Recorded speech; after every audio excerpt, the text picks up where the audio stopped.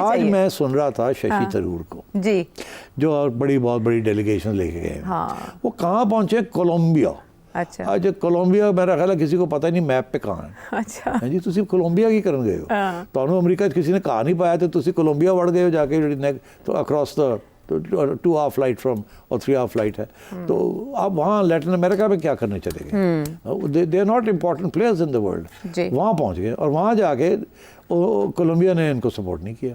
اور وہاں ششی تھرور ناراض ہو کے یہ کہتا ہے جی کہ آپ نے ہمیں سپورٹ نہیں کیا تو کوئی گل نہیں، اسی تو اپنے کھڑے ہاں تو یہ ہے. اور وہ ان کو سنا وہ تو دی. پریزیڈنٹ ٹرمپ کو ڈائریکٹ تنقید کا نشانہ بنا رہے ہیں. وہ کہہ رہے ہیں باقی صدور سے یہ مختلف ہیں. تو ایک طرف سپورٹ لینے گئے ہیں، دوسری طرف گالیاں دے رہے ہیں ان لوگوں کو جنہوں نے سپورٹ نہیں دیا. امریکہ جا کے ڈونلڈ ٹرمپ کے خلاف بات کر رہا ہے، کولمبیا جا کے ان کو کہہ رہا ہے کہ آپ نے نہیں کیا، یہ نہیں کیا، وہ نہیں کیا، ہم یہ ہیں، ہم مطلب ارے بھائی بریک. تو پھر میں نے جب یہ دیکھا میں نے کہا ان کو ہو کیا گیا ہے؟ ان کو پتہ ہے سپورٹ نہیں ملی. جی تو پہلا سوال تو یہ بنتا ہے کہ سپورٹ کیوں نہیں دی لوگوں نے.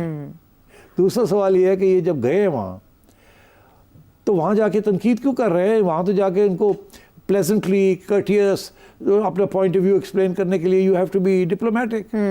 تو یہ تو اگریسو وہاں ہو گیا ہے. تو یہ 2 سوال کا جواب میں آپ کو دیتا ہوں. دنیا نے ان کو سپورٹ نہیں کیا کیونکہ دنیا سمجھ گئی ہے. دنیا ہیٹس اسرائیل. اچھا The entire world hates Israel now. ابھی ویسٹ کا بھی آپ نے رسپانس دیکھا. Including in the West. Young people, new generations hate Israel. سب کو پتا چل گیا ہے کہ اسرائیل انڈیا کا نیکسس کیا ہے. It's the only country that has supported India. So جو بغض معاویہ ہے نا، hatred for Israel، جو recent developments ہیں، جو نیوٹرل بھی تھے وہ بھی اب اینٹی اسرائیل ہو گئے ہیں. That has hurt India. انہوں نے کہا یہ تو اسرائیل اور انڈیا کا کوئی پلان ہے، اس کے تحت یہ سب کچھ ہو رہا ہے. کیونکہ انٹیلیجنس ایجنسیوں کو تو پتہ لگ جاتا ہے نا جی اندر کی بات کیا ہے. جی اوپنلی نہیں کرتے مگر اندر تو خبر مل جاتی ہے کہ اس کے اندر دال میں بہت کچھ کالا ہے، جو ہم بھی کہہ رہے ہیں. اور ہماری بات کیسے سننی ہے؟ لوگوں کو خود پتہ ہے کہ یہ اسرائیل انڈیا نیکسس جو ہے this is a very dangerous nexus. And اس کے اندر تو بڑی جھوٹ ہوگا because Israel is known to be a fabricator and false prophet as this.